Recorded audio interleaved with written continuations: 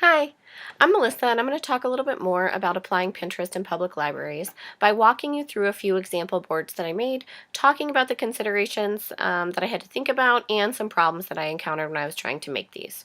So the first one I'm going to talk about is the Storytime board. That's the first one that I made. On this board, I included books, crafts, songs, educational information, and activities, videos. I began with the books, and when you click on a book, you can see that it will take you directly to the library catalog, which is really neat. So you can see if the book is available, place it on hold, whatever patrons want to do. When I tried to link to the catalog using the Pinterest browser button up here in the right-hand corner, I had some difficulty. Nothing showed up.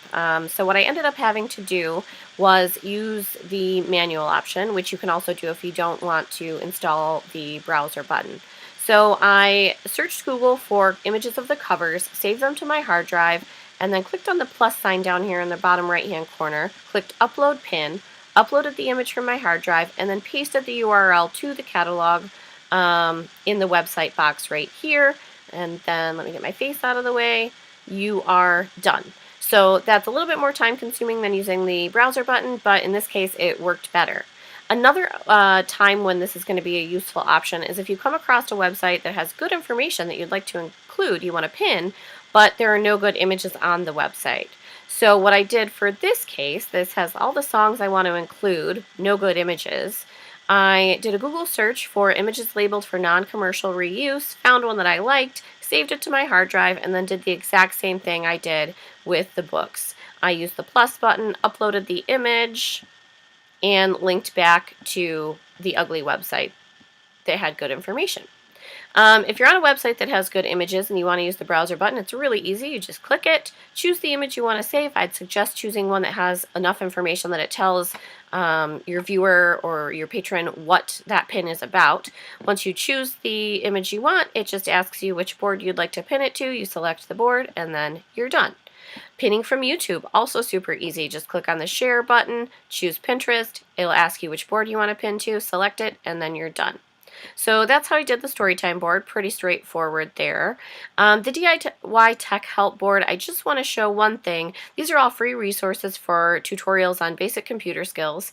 I did include the Gale courses that the library that I work at offers. So if you do something like this, you want to make sure that you link to that library's landing page for whatever resource it is you're pinning. So if I had just pinned the Gale courses generic page or home page, it would have been a lot more difficult for patrons to figure out how to link back to the Canton Public Library, how to enter their library card, things like that. So something to consider when you're linking to library resources that require a patron to link their library card. The last thing board I want to talk about is my book club board. So I made a board thinking that it would be cool to have patrons pin to this board as well, members of the book club.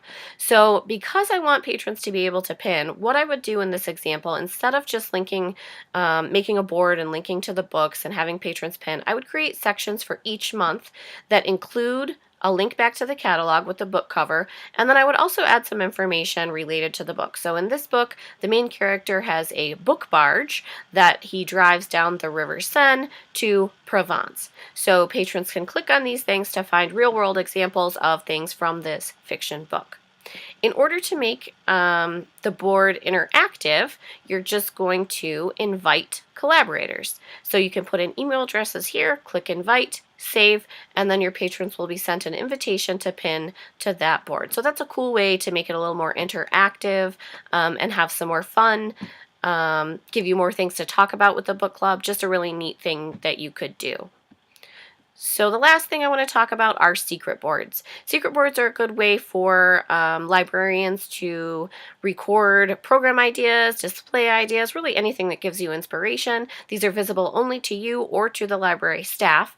Secret boards are also a good way to hide boards that you're working on that are works in progress. So they might be eventually made public once they're ready to go, but in the meantime you can make them secret while you're pinning stuff to them.